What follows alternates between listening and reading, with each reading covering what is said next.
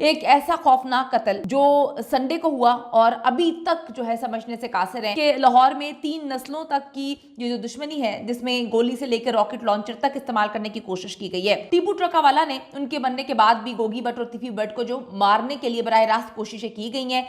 अस्सलामुअलैकुम जी, मैं हूं मारिया अली, आप देख रहे हैं मेरा चैनल। बालाज ने मेरे घर को रॉकेट लॉन्चर से उड़ा देना था, गोगी भट्ट ने हकीकत खोल दी। बालाज टीपू ने गोगी भट्ट के घर आखिर फायरिंग करवाई तो करवाई क्यों?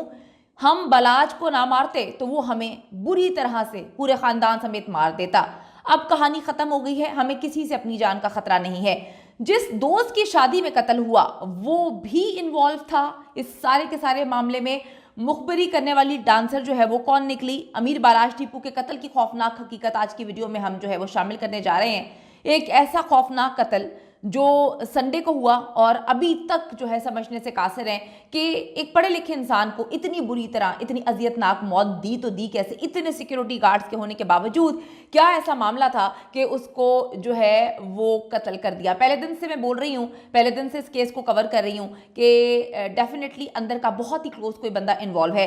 30 साल पुरानी इस दुश्मनी का इख्तिताम होने की बजाय एक नया सेशन जो है वो शुरू हो चुका है और अब लोगों को लग रहा है कि कहीं एक बार फिर से लाहौर जो है वो जंग का मैदान ना बन जाए। आप कितने भी पढ़े लिखे क्यों ना हो, आप कितने भी सुलझे क्यों ना हो, आपके पास कितना पैसा क्यों ना हो, आप कितने पॉजिटिव क्यों ना हो, ये सीट ही ऐसी है जिस पर बैठकर आपको बदले की जंग जो है वो हर हाल में लड़नी पड़ती है। गोगी और तिफी भट्ट को ये भी रंज था कि बालाज जो है वो अपने दीगर दुश्मनों से सुलह कर रहा है और उससे उनको नुकसान ही हो रहा है, क्योंकि बालाज जो है हर गुजरते दिन के साथ दुश्मनों से हाथ मिलाकर उनको जो है वो रिलैक्स कर रहा है, दुश्मनी खत्म करने के लिए मजबूर कर रहा है और खुद जो है वो मजीद मजबूत होता जा रहा है।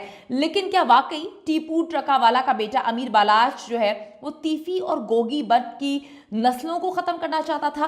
क्या वो इस तरह का शख्स था? वो एक पढ़ा लिखा इंसान था। यह हकीकत है कि लाहौर में 3 नस्लों तक की ये जो दुश्मनी है, जिसमें गोली से लेकर रॉकेट लॉन्चर तक इस्तेमाल करने की कोशिश की गई है। ट्रकावाला की जो तीसरी नस्ल है यानी कि बालाज टीपू मुख्तलिफ किस्म का इंसान था, बड़ा अलग था। वो पढ़ा लिखा था, बाहर उसकी परवरिश हुई थी। इस तरह के कत्ल गारत के माहौल से मुकम्मल तौर पे वो अलग था, बाहर था, उसने ये चीज़ें देखी नहीं थी। इसके बारे में सुनने में आया है कि वो यही चाहता था कि दुश्मनों का खात्मा किया जाए, मगर दुश्मनियाँ इसको विरासत में मिली थी। वो दुश्मनी ख़त्म करना चाहता था, वो इंसानों को ख़त्म नहीं करना चाहता था। उसने कभी ये बात नहीं की कि मैं दुश्मन को ख़त्म करना चाहता हूँ। उसके करीबी दोस्तों से जो है बात हुई है मेरी, उन्होंने ये बात बोली है कि हमेशा उसकी एक पॉजिटिव चीज़ थी कि वो कहता था दुश्मनियाँ ख़त्म होनी चाहिए, इंसान ख़त्म नहीं होने चाहिए, दुश्मन को ख़त्म नहीं करना चाहिए, उसको समझाना चाहिए। बालाज ने बताया था कि वो जब कोई दुश्मनी ख़त्म करना चाहते हैं तो उनके इर्द गिर्द बहुत से उनके करीबी लोग हैं, उन्हीं में से कुछ लोग सामने आ जाते हैं। ये लोग चाहते हैं कि जंग लगी रहे। इन लोगों में से किसी ना किसी का कोई रिश्तेदार कत्ल हुआ होता है या फिर इनकी कोई पुरानी दुश्मनी होती है, इसलिए बालाज टीपू के मुताबिक ये लोग बिल्कुल भी नहीं चाहते कि इन लोगों के साथ सुलह की जाए। यही वजह थी कि दोनों ग्रुप्स एक दूसरे पर हमला करते रहे और फिर बंदे जो हैं वो मरते रहे, ये सिलसिला ख़त्म ही नहीं हुआ। टीपू ट्रकावाला ने उनके बनने के बाद भी गोगी भट्ट और तिफी भट्ट को जो मारने के लिए बराह रास्त कोशिशें की गई हैं। एक मरतबा उनकी हवेली पर बराह रास्त फायरिंग की गई। फायरिंग गवालमंडी और नसीबाबाद लाहौर में तिफी और गोगी भट्ट के घरों पर की गई। पुलिस इन्वेस्टिगेशन हुई जिसमें पता चलता है कि ये फायरिंग करवाने वाला अमीर बालाज टीपू था। बालाज ने अपने साथियों के साथ एक ही रात में दोनों जगहों पर फायरिंग की और इस दौरान उसके साथ डीएसपी का बेटा भी शामिल था। ये वही बातें हैं जिसके भाई की शादी की जो है तकरीब हो रही थी। ये लड़का मेरे ख्याल में वही, हाँ, ये वही बेटा है जिसके भाई की शादी की तकरीब में बालाज के जो है बालाज को कत्ल किया गया, उसी डीएसपी का ये बेटा था। अगर कड़ियाँ मिलाई जाएं, ठीक है, तो ये क्लियर होगा कि गोगी और तिफी भट्ट ने दोनों ने जो है वो इंतकाम लिया है। दोनों ये चाहते थे कि बालाज को बुरी तरह से अजियतनाक मौत दी जाए, बालाज को कत्ल कर दिया और डीएसपी के बेटे की हालत जो है इस वक्त बड़ी ही तशवीशनाक है। यानी कि इनके पास मोटिव था और इन्होंने इस तरह से जो है बालाज का खात्मा भी कर दिया और वो जो डीएसपी का बेटा था जो बालाज के साथ हर वक्त जो है साइक की तरह रहता था, वो भी तशवीशनाक हालत में है। तिफी भट्ट ग्रुप का मानना है कि उन पर मुसलसल हमले करवाए गए और उनके पीछे ट्रकावाला ग्रुप ही था। उन्होंने कभी कोई इन्वेस्टिगेशन नहीं कराई, ये उनकी अपनी सोच थी, ये इनकी अपनी इन्वेस्टिगेशन थी जिसपे उन्होंने कहा कि हम पर बहुत हमले हुए और टीपू ट्रकावाला ग्रुप ने ही ये करवाया था। बड़ी अजीब सी बात है कि जितने हमले हुए उसमें ये लोग बच कैसे गए। एक मरतबा 2012 में भोला गुड्डी नामी एक गैंगस्टर कहीं इलाका गैर वगैरह से जो है रॉकेट लॉन्चर ले आया था और उनका इरादा जो है तीफी बट वगैरह के डेरे को ही उड़ा देने का था, लेकिन वो पहले ही पुलिस ने पकड़ लिया था। बट गैंग को यह खतरा था कि बलाश टीपू उनको नुकसान पहुंचा सकता है। वो ये नहीं मान सकते थे कि बलाश उनके साथ मुखलिसाना तौर पर जो है दुश्मनी खत्म कर सकता है। बलाश टीपू ने 2016 में बहुत सारे मामलात में, जहां अगर मैं बात करूं बट गैंग ने जमीनों पे कब्जा किए या करने की कोशिश की, उनके साथ खड़े होने की भी कोशिश की थी, तो उस वक्त उसको पैगाम भिजवाया गया था कि हमारे रास्ते में मत आओ वरना तुम्हें रास्ते से हटा देंगे। बलाज का कत्ल जी इसी नौयत की धमकियों का जो है, और अगर हम कड़ियां मिलाएं, पुलिस इसकी इन्वेस्टिगेशन कर रही है, पुलिस ने जो कड़ियां मिलाई हैं एक कड़ी है। अमीर बलाश टीपू ने बहुत सारी दुश्मनियां खत्म की थी। वो एक ऐसे रास्ते पे चल रहा था जहां पे वो कहता था कि बुराई खत्म होनी चाहिए, इंसान खत्म नहीं होना चाहिए। उसके कई पुराने दुश्मनों से सुलह हो गई थी, तहम जो बट गैंग है वो उनसे सुलह करना भी नहीं चाहता था, क्योंकि इन लोगों ने बड़ी ही बेदर्दी से इनके वालिद को 2010 में जो है एयरपोर्ट पे कत्ल कर दिया था।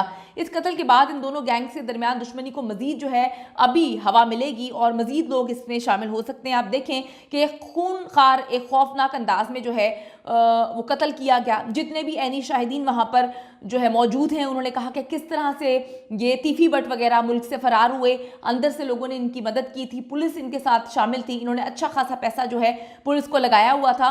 और जिस तरह से इनके दोस्त को भी जो है वो मारा गया है, वो इस वक्त काफ़ी तशवीशनाक हालत में है। और जिस तरह से वो जो शूटर था वो अपनी जान की परवाह किए बगैर, यानी कि उसको कह दिया था कि तुमने मरना है, उसको पता था कि वो बलाज को कत्ल करने जा रहा है, उसने मरना है, लेकिन फिर भी वो गया। और आपको इसकी स्टोरी सुनाऊं, ये वाली स्टोरी भी बड़ी मिस्टीरियस है कि वो किस तरह से अंदर दाखिल हुआ। वो इस तरह से अंदर दाखिल हुआ कि वो कैमरा मैन बन के अंदर जाता है। आप उस आदमी की मक्कारी देखें, उसने क्या किया कि पिस्टल उसके पास नहीं थी। 2 बार वो बलाश टीपू के पास जो है वो उसकी रिकॉर्डिंग करने के लिए गया। उसके गार्ड्स ने चेकिंग की, जब चेकिंग की तो अंदर कुछ भी नहीं निकला, क्योंकि उसने गन जो है अपने पास रखी ही नहीं हुई थी। तो वो उसको क्लीन चिट दी 2 बार। उसने अपना एतबार जो है वो बनाया गार्ड्स के दरमियान भी और बलाज के ऊपर भी जो है, बलाज को भी रिलैक्स हो गया कि कोई भी नहीं है, गार्ड्स ने जो है इसकी तलाशी ले तो ली है।